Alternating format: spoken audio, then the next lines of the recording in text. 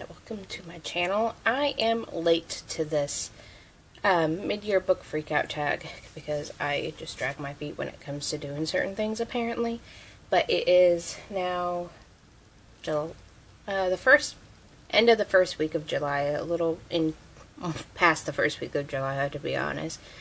But I wanted to update you guys because I know I haven't been posting as frequently, like at least not a whole lot of sit-down videos that isn't an announcement video, so I just wanted to go over these questions and see what my reading has been like, or tell you guys about how my reading's been like. But to be honest, my reading has not been the greatest for the past year. It's just everything has been just kind of mid and not getting very much reaction from me, so we'll see how these questions are.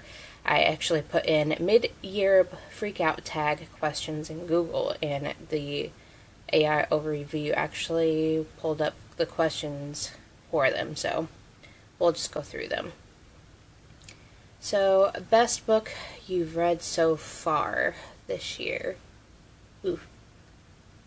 Like I said, I have not had very good reading time. I have not had a 5-star read at all this year, so now I just am totally blanking on what all that I read for this year. Let's see.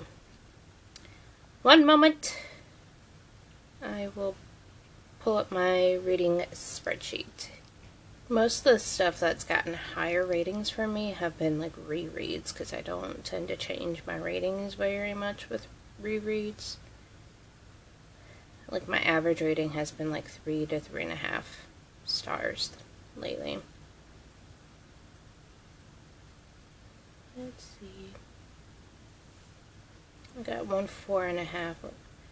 That is a reread. War of Two Queens was a reread for me, and I enjoyed that. Actually, Queen Takes Rose by Katie Robert. I have been reading the Wicked Villains. Well, I actually just caught up with the Wicked Villain series by Katie Robert. I enjoyed them enough, but I wouldn't really say I'm like completely wowed by them, to be honest. Probably my favorite read that I've had so far, I will have to say, could be either Deep End by Ali Hazelwood or Red Rabbit by Alex Gresham. They're like two on different spectrums. But if I had to pick like a favorite contemporary romance that I have read, it would be Deep End. I enjoyed the representation that she incorporated in the showing like what it could be like in the kink community. So I really enjoyed that, and I didn't feel like the sports aspect of it was heavy in it, but I didn't feel like it really dragged it down like a lot of sports romances can. But for Red Rabbit, that's like a folk horror, like that is based around witchcraft, and it had been a good while that I really wanted to take my time with the book. I didn't like fly through this, but I wanted to take my time because the descriptions in the book itself was really well, and this was an arc that I got from Tor like a year or two ago that I had neglected, and I'm kicking myself for neglecting it. I really did enjoy it. Best sequel you've read so far this year? Of course, everything that I read goes out my brain. Let's see. Probably it's not a sequel, but it's finishing up a series, Act Your Age, Eve Brown. I really enjoyed that when we read it for the Reading by Candlelight book club. Completing that trilogy, I really did enjoy that. I felt like the mental health representation in her books all have been done well throughout the whole series, so I would have to say that one. New release you haven't read yet but want to. I do have my release spreadsheet. Let's go to my releases. Death of the Author by Nydia Okorafor. I haven't gotten to, but would really love to get to. Faithbreaker, part of the like God Killer series. I still haven't read Sunbringer yet, so I definitely want to like continue on. Saga Volume 12, I haven't been able to like spot at my library yet to continue on with that, because I do love the Saga series. And so far, I believe that's all that like I would really want to get to. Oh, Sunrise on the Reaping as well by Suzanne Collins. I definitely want to get to that eventually, but it's just one of those ones that's constantly on hold at my library, and I haven't gotten around to actually picking it up and fitting it into my TBR for the month. So hopefully it doesn't take me too long to get to, but it's definitely up there. Most anticipated release for the second half of the year. This I can tell you because I do have quite a bit on here. Hemlock and Silver. I am definitely looking forward to that. Cinder House. I do want to get to, kind of going back to the other question, Problematic Summer Romance. I have been enjoying Ali Hazelwood stuff, so I definitely would like to get to that eventually. But those are like the major ones so far. Cinder House by Freya Markskin is what I'm interested in for sure. Biggest disappointment. What isn't really, like honestly just my reading in general has been disappointing for me. Like I've only had a couple of books that I have given like 2.5 stars, but honestly I appreciate when a book can give me any type of feeling, even if it's a negative feeling, by giving like a 2.5 stars. But having this just 3-star reads for as long as I have been, that's what's been disappointing. I've just been not so much, I wouldn't really say in a reading slump, because I want to read and I have been enjoying reading. It's just I haven't really been enjoying the books that I've been picking up like all that much. I just found them okay and not really like worth much talking about, if that makes any sense. Biggest surprise honestly was Deep End, as I was surprised with how much I did. Like I binged read it within a couple of days. I was surprised about how quick and easy that was for me to get through. New favorite author, debut or new to you?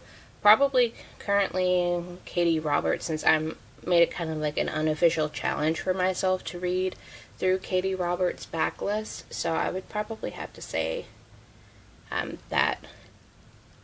What genre have you read the most from this year? Good question. Let me go to my yearly stats and we can see if it will load for me. Let's see. The main genre is fantasy. Usually fantasies tends to be my go-to. It's like whether it's fantasy romance or just plain fantasy, but it looks like for the year, and this is including what I've read so far in July as well, I read 22 fantasies. For subgenres, seems to be kind of split, but subgenres also, like fantasy is at an 8, and raw romance is at a 7.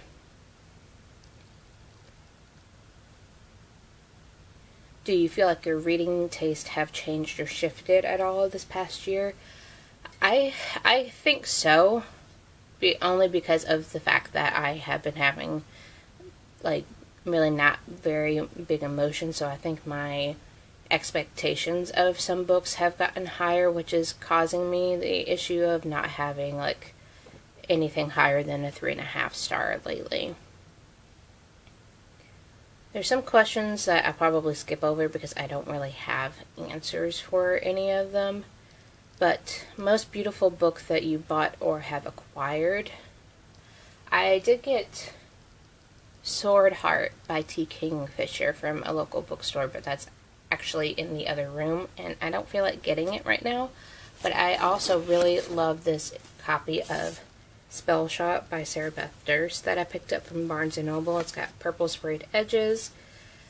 I had picked this up for like buy one get one free, along with What Moves the Dead, and I got it based just on my sister's recommendation saying that she enjoyed it, so I just picked it up.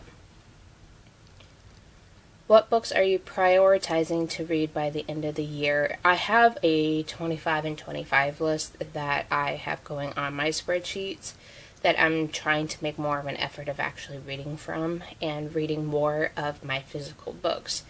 And also, while I'm reading more from my physical books, whatever books that I've read physically that I did not enjoy or don't see myself rereading in the future, I am unhauling them, because I am currently halfway through my pregnancy, and having a little one around is going to require more space for said little one's stuff, so I'm trying to whittle down what things that I have. That way I don't feel like I'm being overwhelmed with just too much stuff. And then, favorite book to movie adaptation you've seen so far this year? I honestly don't know if I've seen any new adaptations that I haven't seen like 15 billion times already. I can say I'd still really want to see the adaptation of The Nickel Boys by Colson Whitehead. I really enjoyed reading that when I think read it when it came out in 2020. I felt like that was really a poignant novel that really needed to be put out into the world, and I think more people really need to read books like that. So I am excited to try to see whatever streaming services I have access to. If I happen to come across it, I would like to watch it. But those are the questions for the mid-year Book Freakout Tag. Let me know in the comments below what you have read for the first half of the year, and if you are also like me struggling with trying to find any books that give you any semblance of emotion or pulls any type of emotion out of you. Because if it can make me feel something, then I give it at least a half a star rating for that. So yeah, at least I got some emotions coming out of some of my things, but not a whole lot. But yes, leave me a comment down below, and also if you have any ideas of things that you would like to see from me video-wise in the future, also feel free to leave them down below. I'm always looking for new ideas for videos, so I'm just not talking to myself in random circles. So, and until next time, you guys, bye.